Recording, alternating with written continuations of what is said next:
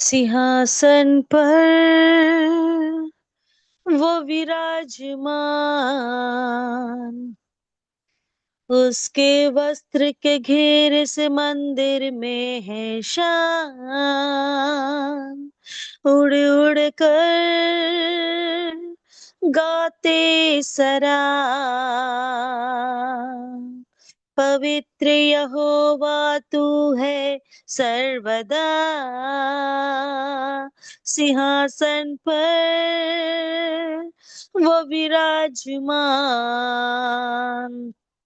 उसके वस्त्र के घेर से मंदिर में है शान। उड़ उड़ कर गाते सराय, पवित्र यहोवा तू है सर्वदा। भय भक्ति के मैं साथ आ रहा तेरे पास, तेरी इच्छा मुझ में पूरी होवे। तन मन धन और घुटना टेक रहा हूँ अपना, तेरे प्यार के चादर से मुझे ओढ़ ले। वेदी का अंगारा मेरी ओर ला, मेरे होठ को छू कर मेरे अधर मेरे पाप क्षमा मुझे कर कबूल। सूर्य समान मुख उसका है प्रकाश, प्रथम और अंतिम जीविता उसका है नाम। मृत्यु की कुंजी है उसके पास, उसके मुख से निकलता दो धारी तलवार। सूर्य समान मुख उसका है प्रकाश, प्रथम और अंतिम जीविता उसका है राज। मृत्यु की कुंजी है उसके पास, उसके मुख से निकलता दो धारी तलवार। भय भक्ति के मैं साथ आ रहा तेरे पास, तेरी इच्छा मुझ में पूरी होवे। तन मन धन और घुटना टेक रहा हूँ अपना, तेरे प्यार के चादर से मुझे ओढ़ ले।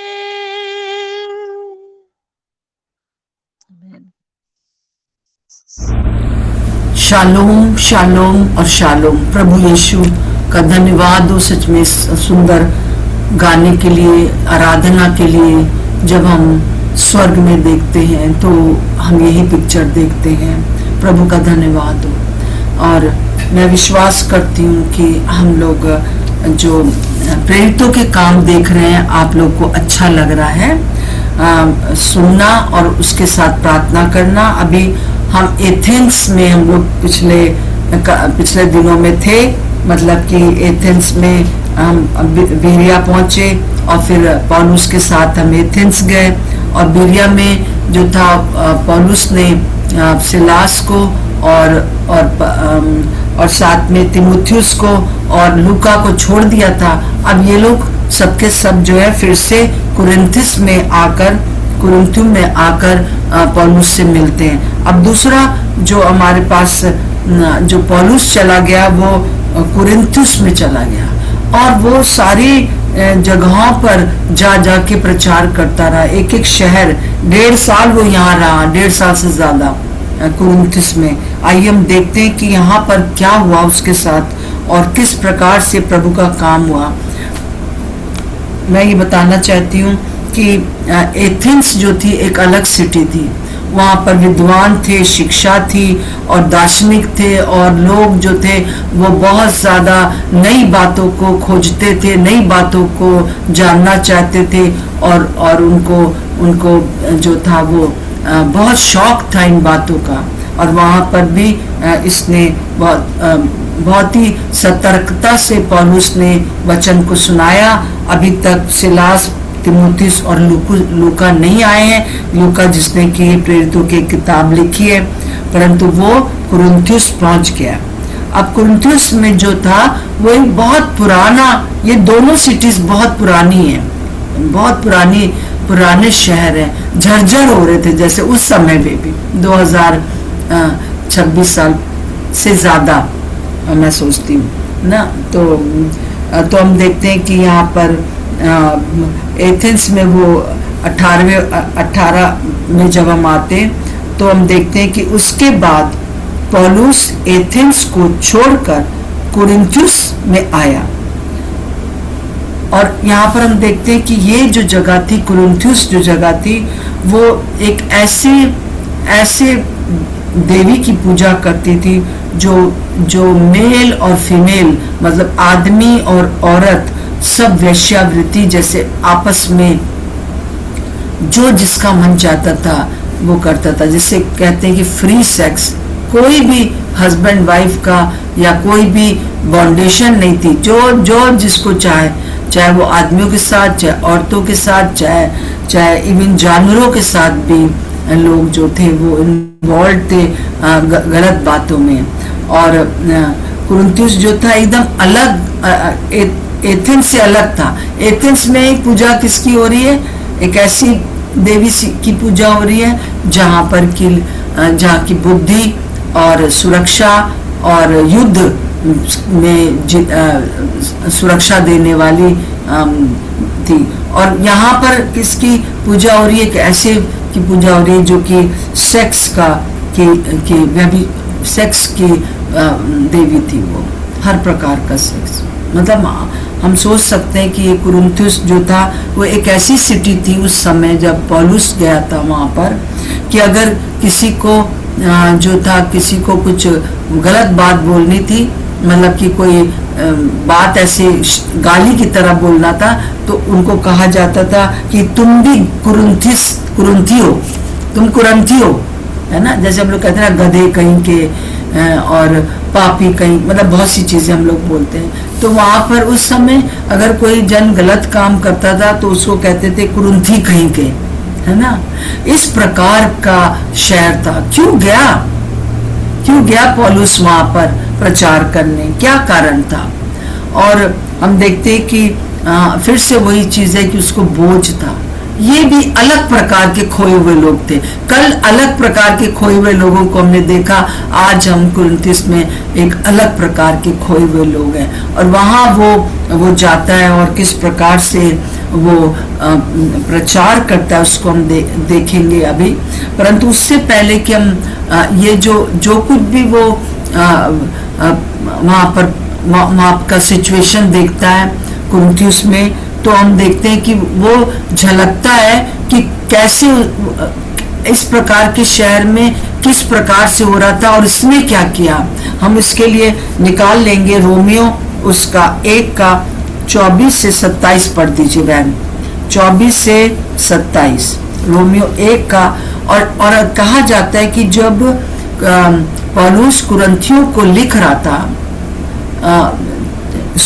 रोमन्स को लेटर लिख रहा था, रोमियो को पत्री लिख रहा था, उस समय वो कुरिन्थ में था और कुरिन्थी वहां से रोमियो को लिख रहा है। और वहां पर क्या लिख रहा है जरा देखिए, और उसका प्रभाव हम देखते हैं कि कुरिन्थियों का जो उसके दिमाग में था वो क्या था। 24 से पढ़ दीजिए बहन, 24 से 27 पूरा पढ़ दीजिए। इस कारण परमेश्वर ने उन्हें उनके मन की अभिलाषाओं के अनुसार अशुद्धता के लिए छोड़ दिया कि वे आपस में अपने शरीरों का अनादर करें, क्योंकि उन्होंने परमेश्वर की सच्चाई को बदलकर झूठ बना डाला और सृष्टि की उपासना और सेवा की, ना कि उस सृजनहार की जो सदा धन्य है। आमीन। इसलिए परमेश्वर ने उन्हें नीच कामनाओं के वश में छोड़ दिया, यहाँ तक कि उनकी स्त्रियों ने भी स्वाभाविक व्यवहार को उससे जो स्वभाव के विरुद्ध है बदल डाला। वैसे ही पुरुष भी स्त्रियों के साथ स्वाभाविक व्यवहार छोड़कर आपस में कामातुर होकर जलने लगे, और पुरुष ने पुरुषों के साथ निर्लज्ज काम करके अपने भ्रम का ठीक फल पाया। जी, तो हम देखते हैं कि वो जब रोमियो को लिख रहा है और कुरंथिस में है, तो क्या लिख रहा है जो यहाँ पर हो रहा है। तो और वो चीज जो है सारे संसार के लिए है, पर थोड़ा बहुत इधर उधर है, पर वो बता रहा है कि किस तरह से स्त्रियों ने अपना स्वभाव बदल डाला, पुरुषों ने अपना स्वभाव बदल डाला, और फिर परमेश्वर ने उनको उनकी कामनाओं पर छोड़ दिया, और बाद में उनको जो है प्रतिफल मिला। मतलब कि इस प्रकार से उसका मन जो है वहां पर जो बात थी वो रोमियो को वो लिख रहा है। और फिर हम देखते हैं कि इसका प्रभाव, इसके वचन का प्रभाव क्या हुआ, हम उसके लिए निकाल लेंगे। पहला कुरिन्थियों 6 का 9 से 11 पढ़ दीजिए। पहला कुरिन्थियों 6 का 9 से 11। क्या तुम नहीं जानते कि अन्यायी लोग परमेश्वर के राज्य के वारिस न होंगे? धोखा न खाओ, न वेश्यागामी, न मूर्ति पूजक, न परस्त्रीगामी, न लुच्चे, न पुरुषगामी, न चोर, न लोभी, न पियक्कड़, न गाली देने वाले, न अंधेर करने वाले परमेश्वर के राज्य के वारिस होंगे। और तुम में से कितने ऐसे ही थे, परंतु तुम प्रभु यीशु मसीह के नाम से और हमारे परमेश्वर की आत्मा से धोए गए और पवित्र हुए और धर्मी ठहरे। जी हाँ, ये लेटर जो है जो कुरिन्थियों को जो लिख रहा है बाद में लिख रहा है, और उसका जो उसके प्रचार का परिणाम हुआ वो ये हुआ कि सब लोग, हम लोग एक साथ भी पढ़ सकते हैं आपके पास अगर बाइबल है तो। और तुम में से कितने ऐसे ही थे, कैसे ही थे? परस्त्रीगामी, मूर्ति पूजक, वैश्यागामी और पुरुषगामी, चोर, लोभी, पियक्कड़, गाली देने वाले, अंधेर करने वाले और परमेश्वर के राज्य के वारिस ना होंगे। तो हम देखते हैं कि ये सारी जो क्वालिटीज हैं वो एक साथ चलती हैं। ये दुष्ट आत्माएं एक दूसरे को सपोर्ट करती हैं और वो कार्य करती हैं। परंतु यहाँ पर 11वां जो पद है वो बहुत इंपॉर्टेंट है। वो कह रहा है कि और तुम में से कितने ऐसे ही थे, जैसे कुरिन्थ का जो कल्चर है, जो उसका जो संस्कृति है वो ऐसी थी, जो चाहो करो, है ना। बहुत ही गंदी जगह थी वो, सारे संसार में इस बात के लिए फेमस थी। और हम देखते हैं कि परंतु यहाँ पर उसके प्रचार के बाद वो कहता है कि तुम ऐसे थे, परंतु तुम प्रभु यीशु मसीह के नाम से और हमारे परमेश्वर के आत्मा के से धोए गए और पवित्र हुए और धर्मी ठहरे। मतलब अब जो है हम धर्मी ठहरते हैं, जैसा कि हम पढ़ते हैं पहला कुरिन्थियों और उसका 5 का 21 में पढ़ते हैं कि जो पाप नहीं था, जिसने कोई पाप नहीं किया, उसको परमेश्वर ने पाप बना दिया ताकि हम और आप जो है वो परमेश्वर की धार्मिकता बन जाए। और ये बात जो है जब प्रचार की गई, यीशु के सामर्थी जो कथा है, मतलब क्रूस की कथा है, उसको सुनाया गया कि क्रूस पर क्या हुआ है, इस सब चीजों से तुम्हें छुटकारा मिला है। तो जो कुरिन्थुस में लोग थे वो बदल गए।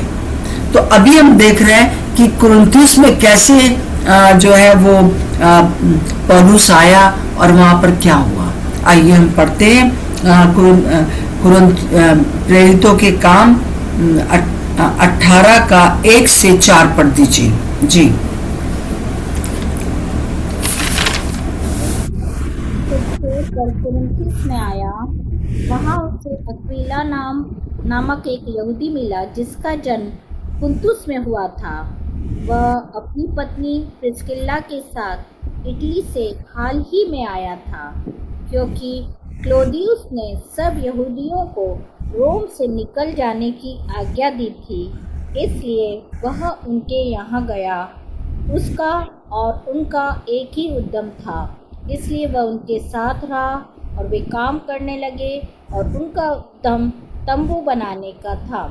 वह हर एक सब्त के दिन आराधनालय में वाद विवाद करके यहूदियों और यूनानियों को भी समझाता था। जी हाँ, अब हम देखते हैं यहाँ पर कि वो कुरिन्थुस में आ गया है और वहाँ पर वो आराधनालय में गया है, और वहाँ मुझे लगता है कि वहीं पर आराधनालय में अक्विला प्रिस्किल्ला मिलते हैं। ये परिवार है जो कि उसको मिलता है, और उनका जो काम करना था वो तंबू बनाते थे, चमड़े का काम करते थे, और वो चमड़े को तंबू के रूप में बनाते थे या चमड़े का एक धंधा करते थे। और पौलुस भी उनके साथ मिल गया, और उसने उनको शायद मुझे लगता है कि आराधनालय में वो लोग मिले होंगे। और अभी क्या हो रहा था कि बहुत से जो यहूदी थे उनको क्लौदियुस जो रोम में था, उन्होंने रोम से सारे यहूदियों को निकाल दिया था, क्योंकि ये यहूदी लोग जो थे वो इसलिए उद्यम कर रहे थे कि बहुत रोज राइट्स होते थे वहां पर। क्यों?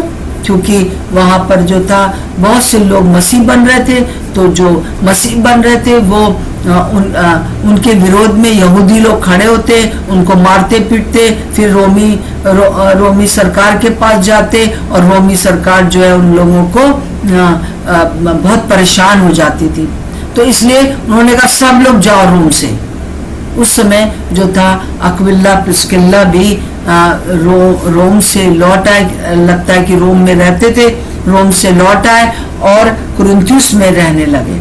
और यहाँ पर वो लोगों ने जो था वो अपना धंधा करते थे। तो पौलुस को भी रहने के लिए, खाने के लिए एकदम नई जगह है, उसने काम किया। उसने जो है वो पूरा ऐसा लगता है कि 6 दिन काम करता था, और 7वें दिन शब्द के दिन आराधनालय जाता था और आराधनालय में प्रभु के बारे में बताता था। अब आगे क्या होता है कि यहाँ पर जब सिलास और तीमुथियुस मकिदुनिया में आए, तो पौलुस वचन सुनाने की धुन में यहूदियों को गवाही देने लगा कि यीशु ही मसीह है। और हम देखते हैं कि अब यहाँ पर जो था वो पूरी तरह से वो इन्वॉल्व हो गया प्रभु की सेवा में। एक समय था कि वो प्रभु की सेवा भी कर रहा था और काम भी कर रहा था, पर अब सेवा बहुत बढ़ गई।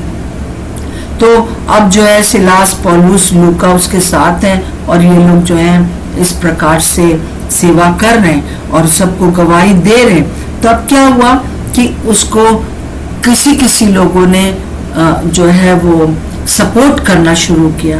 हम उसके लिए निकाल लेंगे 2 कुरिन्थियों 11 का 9 पढ़ दीजिए, फिर उसके बाद फिलिपियों 4 का 14-15 पढ़ दीजिए। पहला कुरिन्थियों, 2 कुरिन्थियों उसका 11 जी।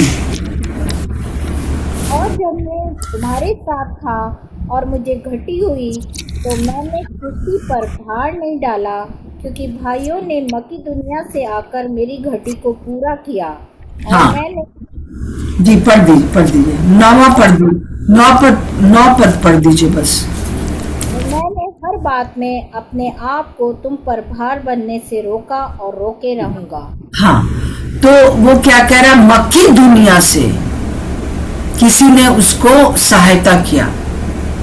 जो मतलब वो मांगता नहीं था, परंतु कोई भी जो भी सहायता करता था उसको लेना पड़ती थी, क्योंकि उसको अपना खाना और अपने पूरा जो टीम है उसके लिए सब कुछ करना पड़ता था। उसकी टीम में 3 लोग और थे, और अक्विला प्रिस्किल्ला के साथ उस समय तक तो रह रहा था। तो हम देखते हैं कि मकीदुनिया से कोई ने आकर सहायता किया। फिर फिलिपियों उसका 4 का 14-15 भी पढ़ दीजिए। तो भी तुमने भला किया कि मेरे क्लेश में मेरे सहभागी हुए। हे फिलिपियों, तुम आप भी जानते हो कि सुसमाचार प्रचार के आरंभ में जब मैं मकीदुनिया से विदा हुआ, तब तुम्हें छोड़ और किसी मंडली ने लेने देने के विषय में मेरी सहायता नहीं की। जी हाँ, तो यहाँ पे फिलिपियों को भी थैंक यू बोल रहा है कि तुम लोगों ने उस समय जब मैंने शुरू किया था काम, तुमने मेरी सहायता करी और किसी ने नहीं करी। ऐसा लगता है कि वो किसी पर अपना भार नहीं डालना चाहता था, परंतु कई बार ऐसा होता है, कई प्रभु के सेवक हैं जो कि काम भी करते हैं और सेवा भी करते हैं, पर एक समय ऐसा आता है कि उनका काम बहुत बढ़ने लगता है, और कई बार प्रभु पूर्ण रूप से लोगों को सेवा के लिए बुलाता है।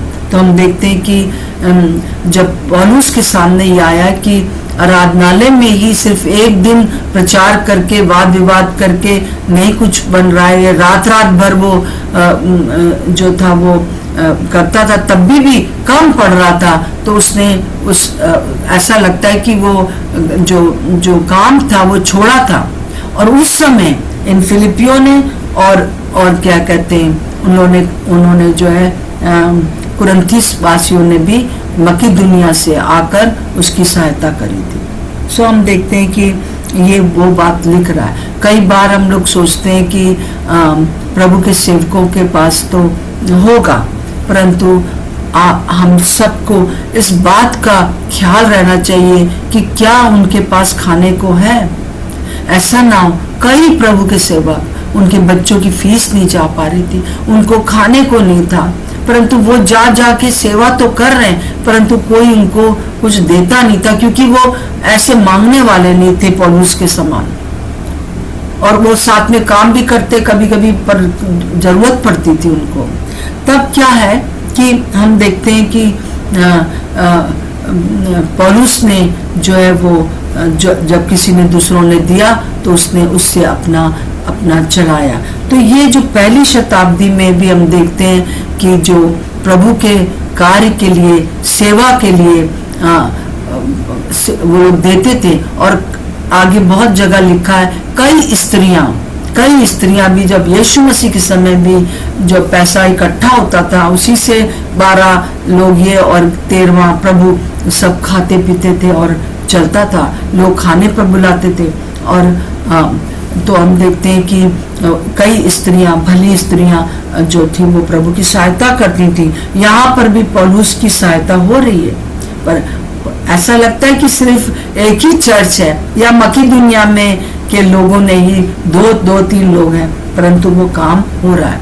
सो आइए हम लोग आज प्रार्थना करें प्रभु के, ना केवल हम लोग सताने वालों के लिए प्रार्थना करते हैं, परंतु उनके आवश्यकताओं के लिए प्रार्थना करें। मुझे बहुत बोझ है उन स्त्रियों के लिए जो प्रभु की सेवा करती हैं, पर कई बार स्त्रियों को या सिर्फ प्रार्थना करने वालों को निग्लेक्ट कर दिया जाता है। अरे प्रार्थना करने के लिए क्या कोई पैसा देगा?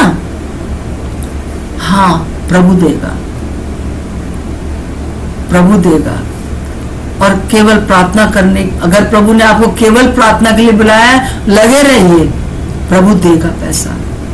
प्रभु के सामने कुछ भी कठिन नहीं, पर हाँ अगर कभी जरूरत पड़े तो काम भी करिए कुछ समय के लिए, या बहुत लोग पूरे समय के लिए काम करते हैं। सो हम देखते हैं कि यहाँ पर जो पौलुस है वो अपनी आवश्यकता को बता रहा है।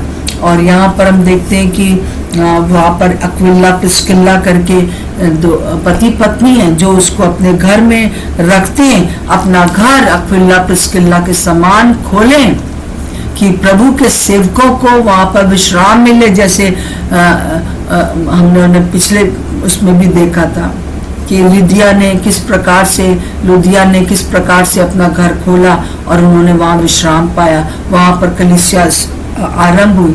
प्रभु हमारे घरों को चाहता है कि हम खोलें और वो लोग विश्राम कर सके। कई बार लोग जो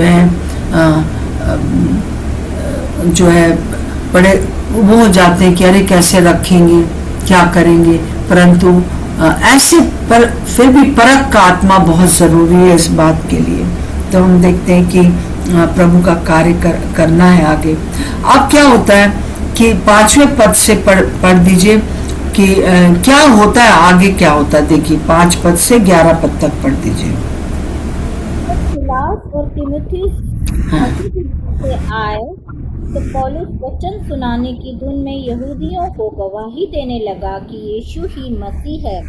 परंतु जब वे विरोध और निंदा करने लगे तो उसने अपने कपड़े झाड़कर उनसे कहा, तुम्हारा लहू तुम्हारी ही गर्दन पर रहे, मैं निर्दोष हूँ। अब से मैं अन्य जातियों के पास जाऊँगा। वहाँ से चलकर वह तीतुस युस्तुस नामक परमेश्वर के एक भक्त के घर में आया, जिसका घर आराधनालय से लगा हुआ था।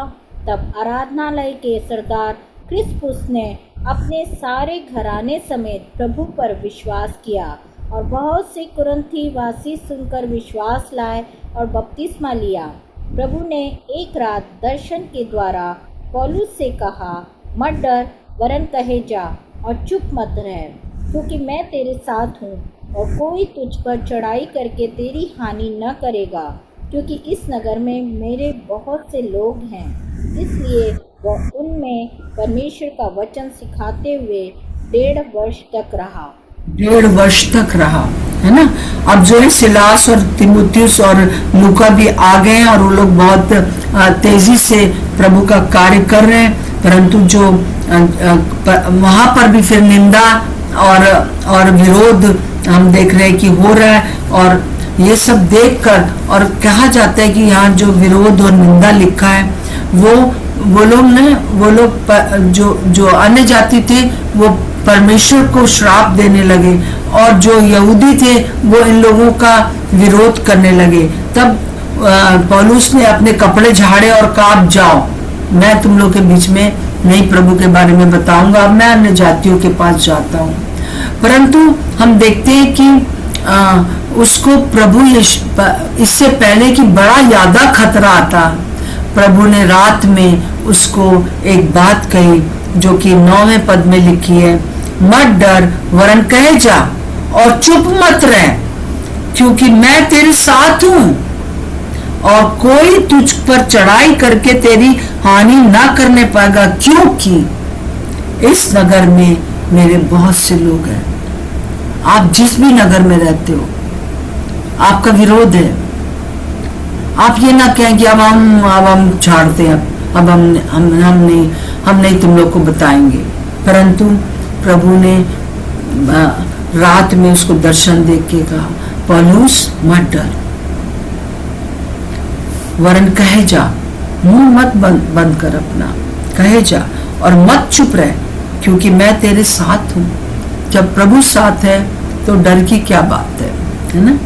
और कोई तुझ पर ऐसा चढ़ाई नहीं करेगा कि तुझको हानि करे, क्योंकि इस नगर में मेरे बहुत से लोग हैं। जो अभी प्रभु के पास लोग नहीं आए उनके लिए प्रभु कह रहा है, इस नगर में अभी भी मेरे बहुत लोग हैं जिनको आना है, जो तैयार है, इसलिए चुप मत रहे, बोले जा। कितना भी विरोध हो, कितना भी निंदा हो, तुम बोले जाओ।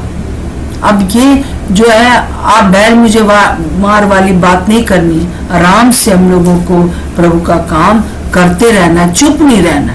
कई बार डर के मारे जो है हम चुप हो जाते हैं कि अरे क्या होगा, परंतु प्रभु कह रहा है कि मैं तुम्हारे साथ हूँ। इसलिए उसने क्या किया, वहां से गया नहीं, जैसे पहले सोच रहा था चला जाएगा पौलुस, पर गया नहीं।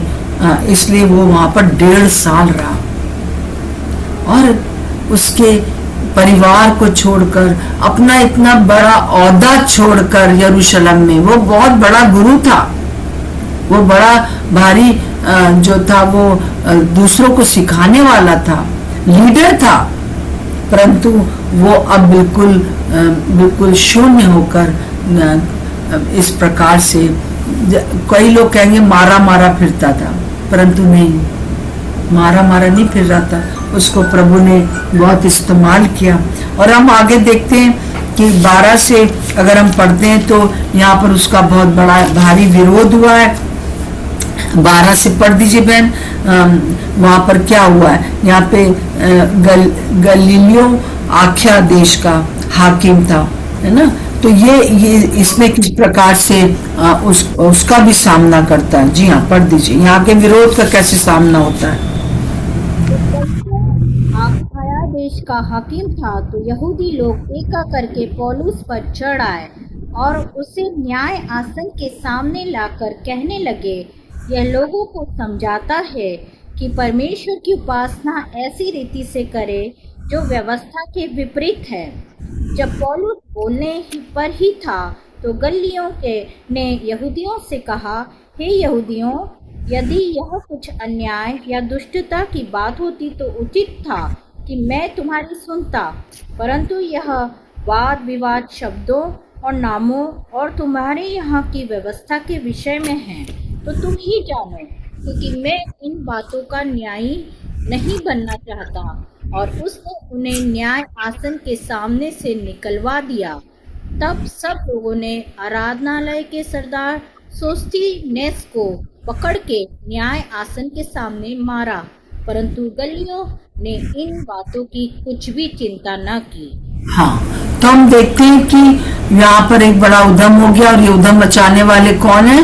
यहूदी लोग हैं। और वो वहाँ के हाकिम के पास ले जाते हैं। वो कहता भाई ये तो तुम लोग की अपनी बात है ना, मैं नहीं इसका फैसला करता। उसने सही कह रहा था कि अगर कोई और अन्याय या कुछ होता तो मैं बताता, ये तो सीधा साधा एक प्रचार कर रहा है, नाम का, बस यीशु मसीह का नाम ले रहा है, और तुम जो उसको नहीं मान रहे हो तो यहाँ से चले जाओ।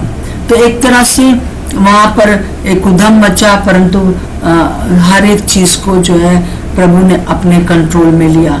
और हम देखते आ रहे हैं कि हर जगह पर उसको जो है विरोध का सामना करना पड़ता है। आज हम दो बातों के लिए प्रार्थना करेंगे। मैं चाहती हूँ कि कोई भी जन इस बात के लिए प्रार्थना करिए। मैं नाम इसलिए नहीं लेती हूँ क्योंकि कई दफा लोग नहीं करते।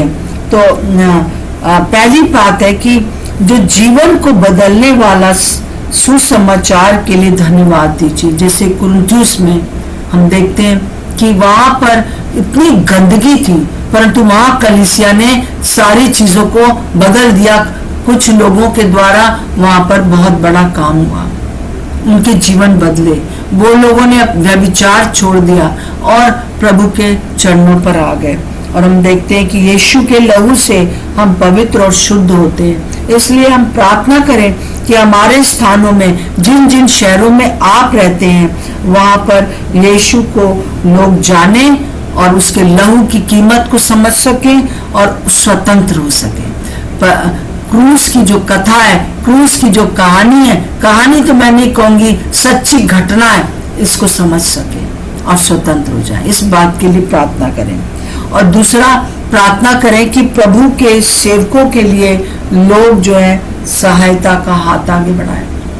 खास तौर से जो महिलाएं प्रभु की सेवा कर रही हैं, कई बार उनका कोई भी मैं जानती हूँ एक बहन को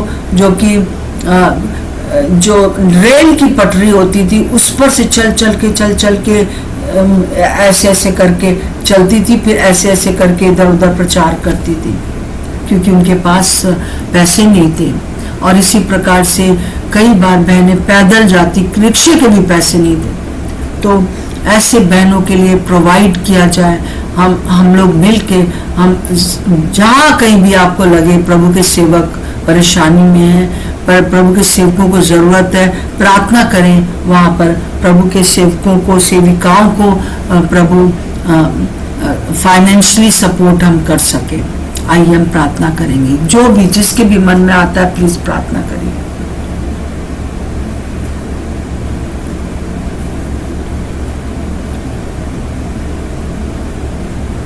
कोई एक भी नहीं है क्या? इतनी सारी बातें बता दी मैंने। हाँ हाँ स्मिता, कौन करेगा? पास आते हैं, धन्यवाद देते हैं प्रभु जी कि सचमुच आपका वो सुसमाचार जो हम में से हर एक के जीवन को अद्भुत रीति से परिवर्तित कर देता है, आज बहुतों के जीवन में ये सुसमाचार पहुंचने पाए प्रभु जी। हाँ प्रभु, तेरे लोग उठ खड़े हों, हर एक डर और भय की आत्मा जो लोगों को दबाना मांग रही प्रभु, तेरे लोगों को डराना चाह रही, यीशु के नाम से दूर हो। और प्रभु हम में से हर एक को याद दे कि प्रभु हम रुके नहीं, ठहरे नहीं। हाँ प्रभु, भले हम लोग ऐसा ना करें कि आप मुझे मार, लेकिन आपके सुसमाचार को प्रचार करने से भी न ठहरे, न रुके, लेकिन प्रभु बुद्धिमानी के साथ जैसे पौलुस प्रचार करता था वैसे ही हम में से प्रत्येक प्रचार करने वाले हो सके आपके सुसमाचार का। साथ ही साथ प्रभु जी मैं मांग लेती हूँ कि जैसे यीशु मसीह आप हमारे अपने लहू से हमारे प्रभु जी हृदयों को शुद्ध कर देते, प्रभु धो देते हैं और स्वतंत्र करते हैं। हाँ प्रभु, हर एक हृदय प्रभु जी जो कि आज प्रभु पापों में पड़ा हुआ है, गंदगी में पड़ा हुआ है, यीशु आपके लहू से धुल जाए प्रभु। हम जहाँ रहते हैं वहाँ के आसपास के लोगों में परिवर्तन आए, वहाँ के जीवनों में परिवर्तन आए, कुछ नया हो जाए मेरे प्यारे प्रभु जी, क्योंकि ये केवल आप ही के द्वारा, आपकी आत्मा के द्वारा संभव है। और प्रभु लोग स्वतंत्र हो जाए, लोग आज़ाद हो जाए अपने पापों से, अपने श्रापों से, अपने दुखों से प्रभु जी, और एक बड़ा परिवर्तन हम अपने उन क्षेत्रों में जहाँ पर हम रहते हैं देखने पाए यीशु के नाम से प्रभु जी। साथ ही साथ प्रभु जी कितने तेरे ऐसे सेवक और सेविकाएं हैं मेरे प्यारे प्रभु जी जो कि दुख उठाते हुए, कंगाली में भूखे रहते हुए और नाना प्रकार की प्रभु जी प्रॉब्लम्स को फेस करते हुए आपके प्रभु जी प्रचार करने को और प्रभु जी लोगों को आपके बारे में बताने के लिए रुकते नहीं हैं मेरे प्रभु जी। हाँ प्रभु, उनकी हर एक ज़रूरतों को पूरी करने के लिए आप प्रभु जी हर एक के मनों को उभारिए कि वे प्रभु जी हाथों हाथ जैसे पौलुस की लोग सहायता करते थे, प्रेरितों की सहायता करते थे, और वे लोग जैसे कैसे प्रभु जी आपस में एक मन होकर और अपनी संपत्तियों को एक दूसरे के साथ साझा करते थे, हम भी आज वैसा ही मन रखे प्रभु आपके लोगों के लिए, सेवा करने वाले लोगों के लिए, और उनकी सहायता के लिए अपने हाथों को बढ़ाएं, उन्हें थाम ले प्रभु। ऐसा न हो कि वे थक कर रह जाए, जीवन की परेशानियों से परेशान होकर प्रभु जी पीछे हट जाए,